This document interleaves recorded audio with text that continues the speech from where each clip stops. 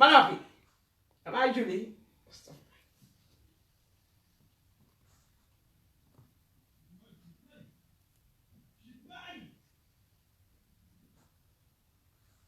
waaw salaamaaleykum ma dugga si rek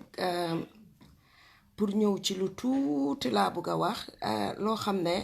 daf ma jaaxal torop tey ma gis ko ci koo xam ne single servant nga yow yaa ngi liggéey pour nit ñi taxpayers yi ñoo laa fay sa salary taxpayers yi ñi tëra lopitaan ak ñi nekk ci lopitaan bi ak ñi ñëw ci lopitaan bi ñooy fay liñ war a fay yow nit ñëw si yow ak njekk ak taranga di la jéem a laaj paperwork boo war a def te yow paperwork boobu danga ko waroon a def bu yàgga mu di la toppa ba 1 month ñëw fa di la laaj man li ma si jaaxal sax li tax ma dugga live mooy danga sa behavior ni nga behave loolu moo tax ma dugga ci live bi ma ne xaarat because lii dafa nekk loo xam ne ñun Gambia fi mu nekk dañ niit ñoo xam ne dañ am xol dañ niit si single servant bi ñi nga am ne dañ am xol saka kuy liggéeyee lopitaan yow 1 month ñu di la topp si benn paper nga xëy suba kooku ñëw di la ko laaj nga ne ko I don't care do your job ndax yow def nga sa liggéey ndax yow def nga sa liggéey ku bëgg a xam li ma wax nga dugga ci vidéo Pa Modou Bojang bi nga seet staff yi RVH ni ñoo behave ci patients yi ak ñi ñëw ci lopitaan bi ni ñoo behave arrogance bi ak unprofessional bi nekkee naan I don't care yow kii waxa yow xam nga ne journaliste la yow kii waxa yow gis nga ne yéen a ngee sabotage area boo dem dangeen nekk foofu rek di sabotage di def ay nonsense di sabotage nit ñi dégg nga because right now hospital bi mooy suñ place of going pour soo amee ku feebar wala toppatoo ay kayit danga ko war a toppatoo yow loolu lañ laa fay pour nga def fayuñ la pour nga takka sa musóor di waxu di jaabante di xeesal di jaagar yi fayuñ la pour loolu dañ la fay pour nga toog def sa liggéey ci biir office bi waaye yéen doo leen liggéey staff bi nekk RVH doo leen liggéey koor soo leen paree dem taalal na yéen a ngaa dem ay marché yéen a ngaa dem fële patient si toog di leen xaar family patient si toog di leen xaar service bi ñu war a am mënuñ ko am doo lopitaan bi amut garab doo lopitaan bi amut baaxut ñu ngi seet nuñ ko rénover ñu ngi seet nañ koo defee waaye yéen itam seen arrogance rek dafa mun a yokk feebari nit lii lan la nii ñu ngi wax mbiri RVH pareenguñ ñu ngi wax Gambia fi mu nekk kum neex lu la neex moom ngaa def lu la neex moom ngaa wax live now dañ nekk ci situation boo xam ne all hands on deck pour ñu jàppale wante liggéey suñ dëkk bi liggéey ci lopitaan bi yéen mi nekk ci lopitaan bi yéen a war a jàppale nit ñi faa ñëw yéen a war a dimbale nit ñi make leen ñu feel home waaye ñu ñëw ngeen nekk foofu toog naan leen I don't care yow ngay liggéey ci medical sector yow ngay liggéey medical and health ngay liggéey RVH naan I don't care soo yow nit ku feebar bu ñëwee mbokkaam yi war a taxaw waxa yow danga ko ne I don't care you cannot say I don't care to hell you have to care to hell we paying you to hell this is taxpayers money to hell this is Gambia lan la affaire gee bugga ëppa loxo naka la nit di ñëwee ci lopitaan bugga waxa yow nga naan ko I don't care how can you not be care di ko telof di behave very rude di behave arrogantly hey dafa it's time high time nag ñu wax si yéen itam single servants yi ak seen qualities yi ngeen a joxewu leen benn qualities joxewu leen benn service ñu ngi leen a fay maan salary ngeen dee am every month te buñ leen fayutoon salary ngeen ubbi seen gat yi wax ne fayuñ leen everything ngeen blame ko government bi lu nekk ngeen blame ko government bi te yéen a fa toog di sabotage government bi di sabotage liggéey bi di undermine everything Hi Danso gis naa sa live bi waaye dama late dama dugga si because dama dem si lopitaan dama dugga ci suma Facebook bi gis Pa Modou Bojang mu ngi doon film something like dafa dem ci hospital bi di laajte papers yu mu doon toppatoo for 1 month léegi jànxa bi ni moo waxee jànxa bi naan ko I don't care man kiyaawuma understand nga di ko romba di dem jaay fa very rudeness ak very arrogance boo xam ne loolu ñun nii duñ ko ci lopitaan bi because lopitaan bi nit ñi feebar ñoo fa nekka nit ñu feebar a fa nekka nga yuuxu naan I don't care yow kooko ngeen try pour waxa moom mu bañ a waxa kooku naan ko I don't care ndax ñun suñ medical sector bi loolu lañ fa niit RVH rek ni mel dafa doy saka nga yokka nit ñi stress nit ñi jaabante pour benn kayit pour 1 month loo xam ne soo toogee 5 minutes type ko dangeen naa nekk si seen téléphone yi ci Facebook bi ci internet bi di def nonsense war a def seen liggéey doo leen ko def di ñu sabotage hey ñu Gambia bi ñu changes la daa luñ gis dañ koo wax ñu Gambia ñu changes luñ gis dañ koo wax dafa doy booy sa génnoon nañ di démontrer dafa doy soo yéen it xam leen ne dafa doy ni ñoo demee ci kaw government bi noonu la ñoo dalee ci seen kaw yéen single servants yi soo leen joxewut service bi ngeen war a joxe tey sa waruma woon a dugga live waaye yow Yaamu Ndaw nga tudda xaw ma xayam yow Yaamu Ndaw yow RVH dañ la war a dismiss because xamuloo sa liggéey professional loo you are very rude you are very arrogant you are not for the hospital you are not a public worker why ngeen war a behave noonu nga àndaa kooku ki la gën a ignorant ngeen di ree ndax yéen war ngeen a ree ndax yéen am ngeen jom nit ñaa ngi xeex pour développement of l'hôpital bi nit ñaa ngi xeex pour garab nit ñaa ngi seen maas gi yéen a dee ñëw di sabotage di sabotage bàyyi leen sabote bi liggéey leen Gambia jëm kanam soo leen waxee ngeen naan diaspora beeg journaliste yi seen liggéey la ñoo def soo leen defee seen liggéey benn journaliste du leen ŋàñña soo leen defee seen liggéey bàyyi leen seen nonsense yi yow Yaamu Ndaw nga naan yow you don't care you have to care Yaamu Ndaw bàyyi leen di saboter nit ñi ci ron ñuy liggéey seen liggéey ngeen di leen saboter RVH a ngi noonu ku feebar ku sa boppa metti sax nga dem fa nga gën a feebar ndi condition yi hospital bi ak yéen seen noos yeeg yéen noos yi nga xam ne sax dëgga amuleen sax yéen qualification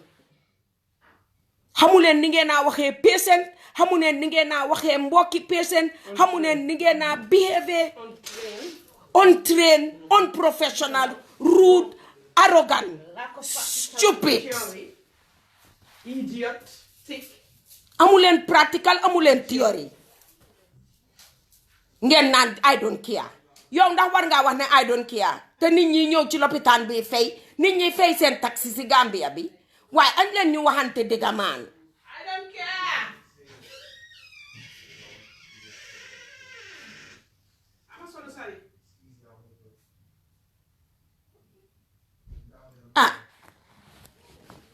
waaye sowa añ leen ñu ko wax rek te dee because li tax dëkk bi mënut a dem kanam li tax officier place yi nga dem civil service bi mënut a dem kanam ñu ngi fa toog rek di sabotage hey lopitaan bi dafa nit pour ngeen dugga RVH man toog Barrow reshuffle nga sa government bi Minister of Health yaa war a dugga jël seen résumé yi seet ñii ñépp applyaat ñu seet seen qualification because nit ñaa ngi faa dee rek because of nurse yoo amut experience nurse yoo xamut seen liggéey jigéen ñi dañoo dem di wasi ñu naan la ubbil sa tànka bi ba nga koo def fekkewu ma ko yow nonsense yooyu mooy lan who the hell are these people li safula sa government bi Barrow dugal si civil service bi yëpp because ñu ngi laa saboté ñu ngi saboté suñ dëkk bi yow ki nga defar sax xam nga ne Pa Modou Bojang moom picca bu ànd ak gémmiñam la mënuloo koo lekka nga naan ko I don't care ndax yow war ngaa taxaw journaliste di wax ak yow sax nga am di guts naan ko I don't care duma def suma liggéey bu leen ñu yàpp ñun wii care because suñ mbokk yee dem ci lopitaan bi suñ famille yee dem ci lopitaan bi te dañ faa soxla ay paper dañ faa soxla ndimbal waaye soo leen kiyaawut naka ngeen naa dimbalee ñi feebar te ñi ci ëpp yéen miy wax nii ñëpp ku dem benn qualification amu leen ko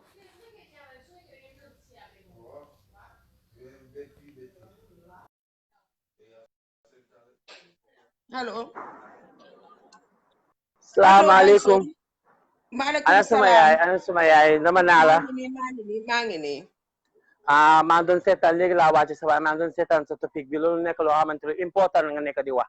because dama ne woon sax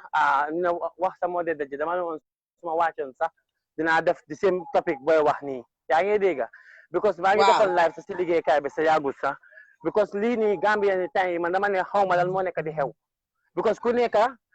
dafay def lu la ne te suñu pare no blame government bi yaa ngi dégg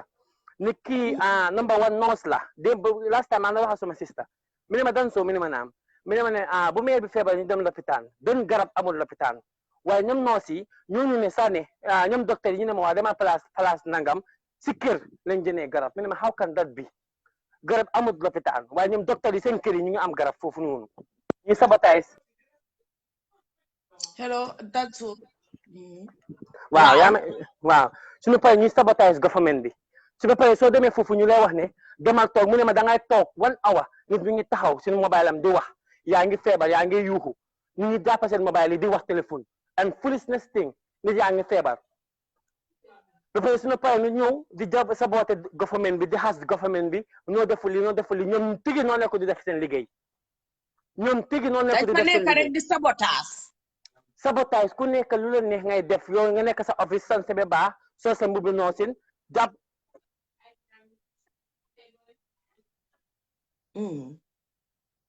dégguñ la de yaa ngi mute yaa may de waaw Danso moo dugga si woon di ak wax expérience bi ñu am lopitaan loolu moo fa nekk dangaa dem garab du am ñu ne la docteur bi si boppam o noos bi direct la kër gi ngaa dem o pharmacie bi ngaa dem pour jënda garab bi soo garab googu fan la war a jógee garab googu ñana ko moom waaye su fekkee ne loolu yëpp mu ngay am lopitaan tam we don't care waaye ngeen joxe at least that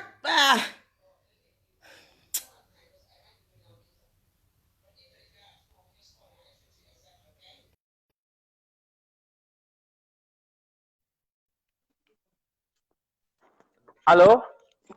duga si waat nga waaw suma kii moo nekk live moo ma nekk di call si live bi moo tax live bi booloo suma papa bi sax kii léegi loolu laa nekk di wax anti sali because léegi moom te ku wax ñu jóg ñu saaga la wala ñu ne la waaw dafay respect suñ journaliste yi respect suñ kenn lañ respect journaliste dafay dem foofu bëgg leen a interview ñuy daw ñu bëgg a journaliste bi interview leen nekkuñ si dëgga because yow tey soo nekkee si dëgga war ngaa toog journaliste interview la nga nangu ko because tey sa liggéey ngay def journaliste bi tam liggéeyam lay def yaa ngi understand waaye respect kuñ kenn ba pare ku nekk mi ngay jaay man faalewu ma di bañ de faalewuñ government bi because tey suñu jógee ne lopitaan lii moo fa ne lopitaan nii fa ne ku ñuy saaga government bi la ñuy saaga ñoom duñ ne noo sii de déedéet ñoom dañuy wax ne government no imam fenke jang ibu ka fenke fekk ibu ka fenke waaye noos boo gis mi ngay dawal moto bu rafet docteur boo gis mi ngay dawal moto bu rafet am këram bu baax doom njabootam yaa ngi baax xaalis boobu yëpp ñu ngi sacca garab yëpp di ko yóbbu di ubbi pharmacie seen kër yooyu fi loolu alaawu fi doo mën a nekk docteur am sa pharmacie sa kër garab soo ko bëggee da ngay dem si nguur gi noo am seen pharmacie Gambia loolu leen war a def Gambia loolu leen war a ubbi loolu yëpp doy Gambia loolu leen war a ubbi léegi yëpp doy pharmacie yi yëpp ñu tëj ko pharmacie bu mun a am Gambia dafay nekk under government xaalis bi dem si nguur gi nit doo mën a nekk docteur am pharmacie sa kër am lopitaan sa kër soo jógee sa kër nga daw si lopitaan emergency sax dafay am si lopitaan bi sax doo ko atte nit yaa ngi bëgg a keneen mu la war a keneen mu nga war a ñëw sa kër wala fay 20,000 30,000 ba doole yi di soona di dee si lopitaan bi loolu yëpp dañ ko war a wax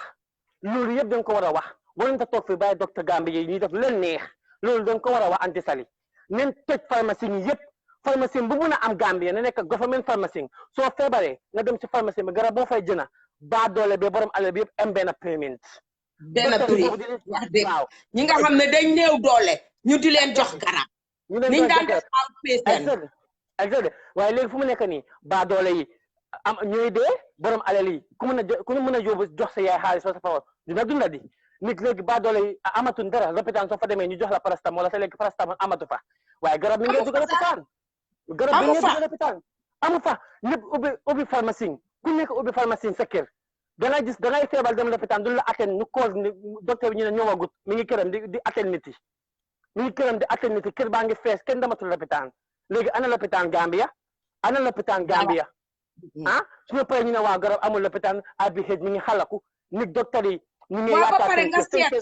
seet sax koo xam ne yow danga benn paper rek medical paper boo leen war a defaral 1 month ñu ngi la toppa ñu ñëw tey di wax a yow nga ne leen I don't care waaw ndax loolu yow nit ku professionnel dina waxee nit kii doon waxee tey nit ku professionnel ndax dina defee li nit di defee tey ñii noos yoo xam ne lañ dañ leen war a train ñu ngi wax ne dañ war a train suñ police bi waaye suñ nurses si tam dañ leen war a train because these nurses are very unprofessional ni ñoo behave tam si lopitaan bi they are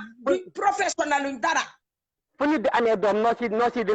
leen timti pamta koo xamante ni sematu saka ku uti kayit ah lii la government bi war a signé government bi dina war a strict si everything léegi because man damay taxaw sama ne man yàlla dafa def rek jànguma bi fu ma waroon a éego waaye su ma fa éego ma nekk si nguur gi xam naa man dinañ ma jam fetal ma dee nit dinaa dugal ruus yoo xamante ne mooy yóbbu Gambie si kanam because société tey docteur yi faarewutun nurse yi faarewutun lii la because ñi ngi am si gannaaw xaalis ku am si gannaaw xaalis doo faale si kanam because ñoom seen salaire la leen soxla lopitaan nit ñi bi suñu demee seen kër ñu ngi fay am ay millions ñu ngi fay am ay thousands te yow si nguur gi spécial sax sooy te nguur gaa la fayal waa réew mi fayal la doo leen defal seen kayit ku bëgg a am kayitu lopitaan nga dem duñ la defal kayit ku bëgg a am birth certificate nga dem duñ la faale duñ la jaabante 1 month su loo xamante benn kayit bu ñuy type la sign ko wax dëgg benn kayit bu ñuy type sign ko liggéey dara baaxut Gambia dara fa baaxut soo paree ñu ne government bi soo paree ñu saaka government bi yéen liggéeyu leen waa dëkk bi liggéeyu leen ngeen bëgg a di bileen government bi léegi Gambia kañ lay dem kii de anyway man dama génnoon sax léegi ma dem rek duga rek mel ni ma duga ci suma kër cousin rek duga ci suma internet bi rek gis Pa Modou Bojang nge wax RVH kii di def kii naan ko I don't care xam nga so impulse rek ma duga live because dafa nekk loo xam ne luñ war a address la professionalism dafa war a important torop ci liggéey fii su fekkee ne fii la woon ci lopitaan bi nga dem fa soxla paper one day joxuñ la ko sa ëllëg sa dinañ la ne sa mailbox bi dinañ ko fa send waaye Gambia li fa nekk mooy dañ war a wax ak ñi because non RVH moom ku fa dem soo feebar seen seen behavior rek mun na laa rey staff bi seen behavior mun na laa rey mun ngaa toog benn nurse or anybody ku laa mun a attend dañoo toog si biir ñoomi neen di waxtaan téye seen mobile yi di wax or di text message di def bullshit nonsense yooyu yëpp dañ ko war a génnee soo ñëwee liggéey si amuloo right to use sa mobile ba nga wàcca fii liggéeykaay yëpp noonu la dangaa teg sa mobile ba nga wàcca nga def ko silence su dee family emergency la nga mun a call nga ñaan 5 minutes dem call mbaa 2 minutes waaye dangaa dem si office sax am loo fa soxla ñu téye seen mobile yi yow yaa ngi taxaw di wax a ñoom waaye they don't care ñu téye seen mobile yi di def lu leen neex oo ñu gestu di waxtaan ak keneen ku nekk ci seen side ndax loolu war na te ñuy leen a fay suñ taxi yi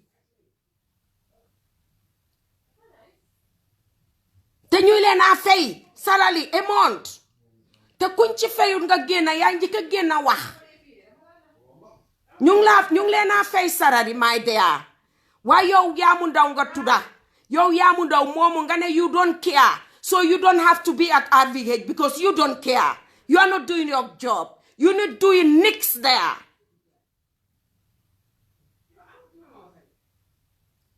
so you yen da ngeen lopitaan bi moom métron jow métron laay waxal métron ni lopitaan bi jógal dugga ci lopitaan bi dem word to word ak noo si ngeen register yëpp ngeen dugga ci seen résumé yi check ko interview waat leen seen qualification because lopitaan li ma faa gis non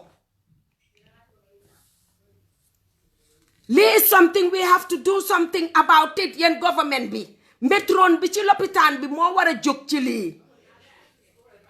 te bugga naa métron gis lii man dama juddu fekk suma papa di liggéey lopitaan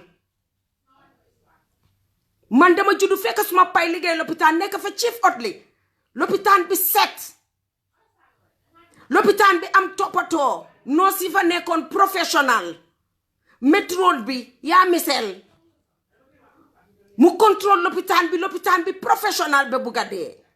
waaye fi mu nekk every tom dikam xaari mun naa ñëw nekk métron every tom dikam xaari mun naa ñëw nekk noos every tom dikam xaari doma yee noxor yee bàjjo yi yëppang ci lopitaan bi with no qualification with no professionalism amuñ respect amuñ yar amuñ teggin xamuñ ni ñoo waxee nit xamuñ ni ñoo waxee nit ku feebar xamuñ ni ñoo waxee mag xamuñ ni ñoo waxee xaleel waaye to hell waay ak New Gambia bii nii who the hell are you Yamou Ndao nga ne you don't care pour defar paper boobu dañ laa fay sare te Yamou Ndao we will make sure ne yow nga face a penalty boo xam ne yow danga next time su keneen ñëwee ci lopitaan bi di wax a yow dinga ko won ne dangaa liggéey daf ñoo jaral sax every day Yamou Ndao ñu dugal la live comme que yaa amee paper si nga ne you don't care doo ko defar ndax nit war naa nekk lopitaan di liggéey naan I don't care ndax nit war naa nekk lopitaan nit ñu feebar ñi nekk sa you don't care how so care would you cannot work in a hospital nga toog sa kër maan fi nga xam ne ñi fa kiyaa nga leen nga toog sa kër a ñooñu kenn forcé wu kenn liggéey dañ soona yéenang fa rek di sabotage ñu naan Gambia government baro te yéen da ngeen fa nekk rek di sabotage rek ngeen fa nekkee waaye dinañ make sure ne li ngeen naa sabotage yëpp mu deñ because fi mu nekk nit ñee sonna nit ñee leen naa gis ba social media amee benn tey kenn sonnut luñ bugg a wax ko ñoo moom suñ internet te luñ gis su raaytut ñu wax ko man su ma génn gaawut de waaye lu ma génn wax rek dama ci am right pour wax ci waaw kuy liggéey lopitaan dangaa keya kuy liggéey lopitaan dangaa am yërmande kuy liggéey lopitaan dangaa mun a joxe service biñ fa soxla soo ko mun ta jógee nga uti liggéey feneen util liggéey I don't care hospital fii care hospital la util liggéey I don't care hospital fii care hospital la ku bëgg a xam ci li ma wax rek mun ngaa dugga ci vidéo Pa Modou Bojang bi mu demee lopitaan tey di lijanti paper sim fa waroon a lijanti te mu toppa ko 1 month mu du see jot léegi jànqa bi ki ko war a toppatoo ku tudda Yamou Ndao naan ko I don't care moo tax ma ñëw pour adresse issue bi parce que fi mu nekk dafa jar ñu jóg di wax a single servants yi because suñ single servants yi xamuñ seen liggéey xamuñ li leen fa teg xamuñ li tax ñuy leen a fay so seen MDs yeeg seen director yeeg seen bosses yi ñoo leen war a train customer service ak ni ñoo waxee nit ci yara teggin te ba pare office bu nekka ngeen condemn fa mobile soo dugasee tegal sa mobile ba waxtu liggéey wàcca jot nga jël sa mobile àddina si yëpp moom la ñoo def man fi ma toog nii su ma duggee suma office su ma dooree di liggéey ba sol suma uniforme damaa dugg ci office bi teg fa suma téléphone dugga ci computer bi def li maa def génn dugga ci suma section yi di dugga di génna liggéey suma liggéey without téléphone ba wàcca man ku ma kool xam nga ne dooma am ba after 2 waaye ngeen nekk ci seen téléphone yi buñ leen a waxa nga naa dama busy dama xaaral may ma ngeen toog di waxtaan nit kaa ngi feebar yéen a ngi toog di waxtaan nit kaa ngi soxla ndimbal yéen a ngi toog di waxtaan oo yaa ngi jël benn téléphone di wax nonsense ñiy dee ci lopitaan bi yépp unnecessary death yi dafa bari ci lopitaan bi yéen xale yu jigéen yi nekk ci diaspora bi ñu ngee try seen kémtikaay kàttan di dimbale diaspora club booboo ngi noonu di dugal seen luñ rees ci foon dugal ko RVH di jàppale RVH nga jógee fa ñoom ifi ñaaseeg seen lifin bi seen association bi ay container garab la ñoo yóbbu waaye yéen who the hell are you guys who the hell are you guys ba nga naan kiyaawuma soo kiyaawut nga dem uti liggéey ci hospital bu kenn kiyaawut dañ laa fay salary my sister paper si danga koo defar liggéey bi danga koo def soo ko mënut a def nga toog sa kër ñu neexal kenn Gambie neexaluñ kenn ku liggéey xale yu ndaw ñu ngi nii jànga ba yey kayit graduate ñi nekk qualified nurses ngeen occupy job si te qualify yu leen amu leen qualification amu leen yar amu leen teggin angale bu correct sax déggu leen ko suñ leen indi leen néem sax mënuloo ko spell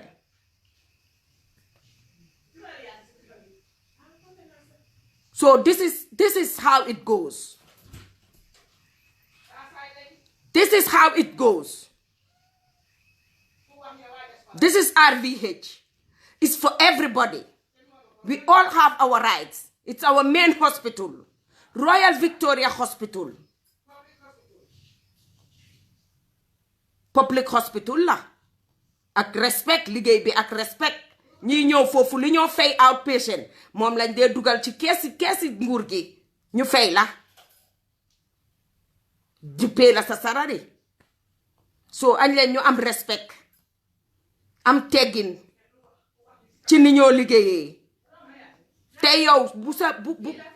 bu sa liggéey yaaxoo ci lii